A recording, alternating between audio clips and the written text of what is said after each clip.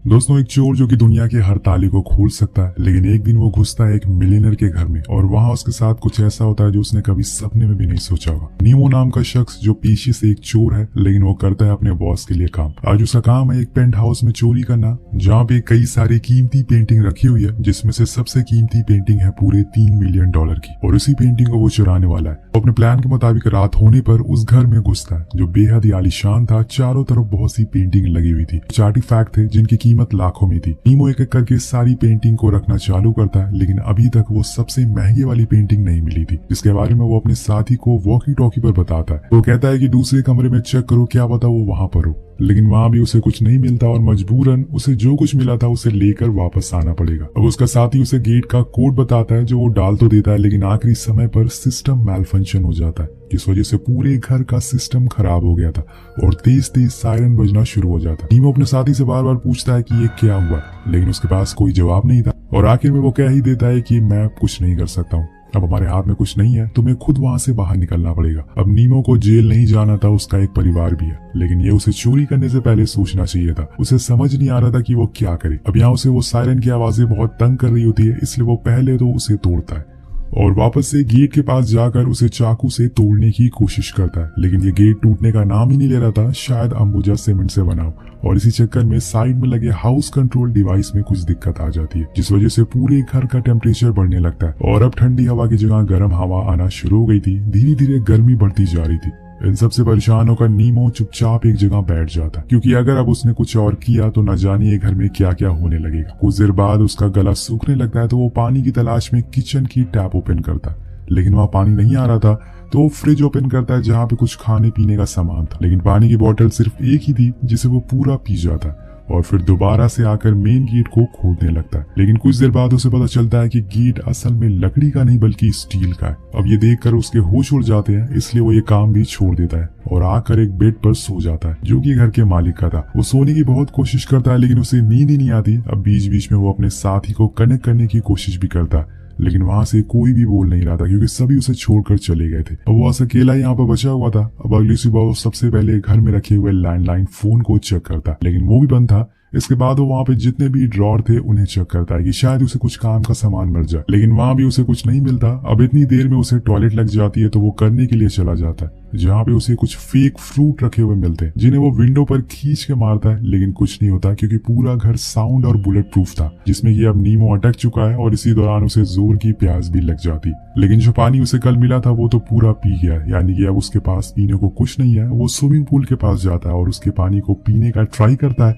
लेकिन अगर वो पानी पीने लायक होता तो स्विमिंग पूल में क्यों होता। नीमो फौरन उसे मुंह से निकाल देता है क्योंकि वो बहुत ही कड़वा था, और अब यहाँ उसे पता चलता है कि उसके शरीर से बड़ी गंदी बदबू आ रही है। तो वो उसे पानी से खुद को साफ करता है और इसके बाद वो एक्वेरियम के पानी को पीने का ट्राई करता है, लेकिन वो भी बेकार था। देन वो टैप को ऑन करता है, वो भी कुछ नहीं था। यहाँ नीमो को अब गुस्सा आने लगा था और वो इरिटेट होने लगा था, लेकिन आखिर में उसके दिमाग में फ्रिज आती है, जिसमें से वो जमे हुए बर्फ को बाहर निकालता और उसे चूसने लगता है, जिससे उसे थोड़ी तो राहत मिलती है, लेकिन पूरी प्यास नहीं बुझती। कुछ देर बाद वो सारे बर्फ पिघल जाएंगे और तब नीमो क्या करेगा। अब वो घर के सारे फर्नीचर टेबल को लाकर एक जगह पर इकट्ठा कर देता है, क्योंकि उसके दिमाग में एक आइडिया आया था, क्यों ना वो घर की छत पर जाए और वहां से किसी मदद के लिए पुकारे। लेकिन वहां तक पहुंचना इतना आसान नहीं था, क्योंकि छत बहुत ही ऊंची थी, और इतना सब ट्राई करने के बाद वो एक बार फिर जाकर उसी हाउस कंट्रोल सिस्टम को चेक करता है। क्या पता शायद घर का टेम्परेचर चेंज हो जाए, लेकिन कोई फायदा नहीं था। अब उसे प्यास के साथ साथ भूख भी लगी थी, तो वो एक फूड कैन को खोलने की कोशिश करता है, लेकिन उसी चक्कर में उसका हाथ पे कट लग जाता है, जिससे उसे काफी दर्द होता है। यहाँ उसके दिमाग में फिर से फ्रिज आती है, तो वो जाकर उसमें बर्फ ढूंढने लगता है, लेकिन अब बर्फ पिघल चुकी थी, इसलिए वो उस फ्रिज को ही चाटना शुरू करता है, ताकि जो कुछ बचा कुचा बर्फ था वो उसे खा सके।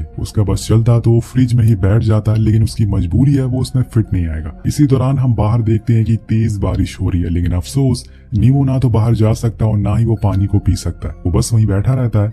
अब उसके पास कोई काम नहीं था, इसलिए वो घर को एक्सप्लोर करने लगता है कि शायद उसे कोई सीक्रेट दरवाजा मिल जाए, पर उसी दौरान उसे पानी की आवाज आती है। वो फौरन बाहर आता और देखता है कि ये पानी तो असल में प्लांट शार से आ रहा है। तो वो फौरन उसके पास जाके बैठ जाता और जी भर कर उसे पीता, लेकिन एक समय के बाद वो पानी बंद हो जाता और उसे मजबूरन वहां से उठना पड़ता। लेकिन कल वो फिर से इस पानी का वेट करेगा और इस बारी वो उसे स्टोर भी कर लेगा, ताकि वो पीने के काम आ सके।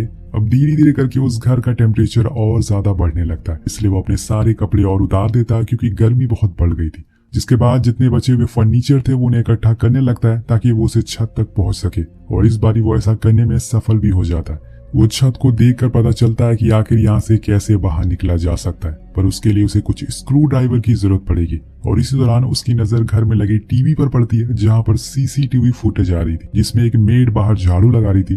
तो नीमो फौरन कपड़े पहनकर गेट के पास पहुंच जाता और उसे आवाज लगाने लगता है, लेकिन अफसोस उसकी आवाज कोई सुन नहीं पाता क्योंकि उसने हेडफोन लगा रखे थे। वैसे भी वो घर पूरा साउंड प्रूफ है, जो नीमो जितना भी चिल्ला ले उसकी आवाज बाहर नहीं जाने वाली थी, इसलिए वो वापस आकर हताश होकर बैठ जाता है। लेकिन तभी वो कुछ ठंडी हवाएं महसूस करता है जो कि एयर वेंटिलेशन से आ रही थी। दरअसल यहाँ वो देखता है कि हाउस कंट्रोल डिवाइस में अपने आप ही टेम्परेचर चेंज हो गया, इसलिए अब वो पूरे घर को धीरे धीरे ठंडा होना चालू हो गया था। यहाँ नीमो जी भर के सबसे पहले तो ठंडी हवाओं को महसूस करता है और फिर आराम से उस पूल में नहाता है। इतना टाइम बिताने के बाद उसे अब धीरे धीरे यहाँ पर अच्छा लगने लगा था। उसे शायद ये पता चल गया था कि वो यहाँ से बाहर नहीं निकल सकता, पर वो फिर भी कोशिश करना नहीं छोड़ता, ऐसा उसका कहना था। वो अगले दिन उन प्लांट शार से इकट्ठा की वो पानी को पीता है और ब्रेकफास्ट करता है और थोड़ा सा डांस भी करता है, जिसके बाद वो उस मिलियनर के अलमीरा से उसके कपड़े पहन लेता है। और अगले सीन में हम देखते हैं कि वो ग्लास के जार को तोड़ देता है और उसके दो बड़े बड़े टुकड़ों को एक कपड़े में बांधकर खुद के लिए एक चश्मा बनाता है, जिसे पहनकर वो एक बार फिर छत के करीब जाता है और उसे तोड़ने लगता है ताकि उसकी आंखों में कुछ चला ना जाए। वो बड़ी ही देर तक उस छत पे लगे एक ग्लास को तोड़ने की कोशिश करता है, लेकिन कोई फर्क नहीं पड़ता। और तब उसके पास के सीमेंट को हटाना शुरू करता है, लेकिन वो भी बहुत ज्यादा मजबूत थी, इसलिए वो थक कर फिर से नीचे आ जाता है। ये एक मिलियनर का घर था, तो सिक्योरिटी तो दोस्तों टॉप नॉच होने वाली थी। अब इन सब से थक कर वो अपने लिए कॉफी और पास्ता बनाने लग जाता है। अब आप सोच रहे होंगे कि अगर ये सब कुछ बना सकता है खाने में तो दिक्कत क्या है। तो दोस्तों ऐसा कुछ नहीं है, नीमो सिर्फ पानी में पास्ता बना रहा था और ठंडे पानी में कॉफी बना रहा था। जिसके बाद वो टीवी के सामने बैठ जाता और सीसीटीवी में लोगों को आते जाते देखता रहता है। अब उसे ये सब अच्छा लग रहा था क्योंकि यहाँ पे तो उसके अलावा और कोई नहीं है, इसलिए उसका जो मन कर रहा था वो बस वही करता जा रहा था। और अपने गौर किया होगा कि वो पहले जैसा नहीं रहा, उसकी दिमागी हालत अब बिगड़ने लगी थी। ऐसा तब होता है जब आपने काफी दिनों तक किसी से बात ना की हो, ना ही किसी को देखा हो।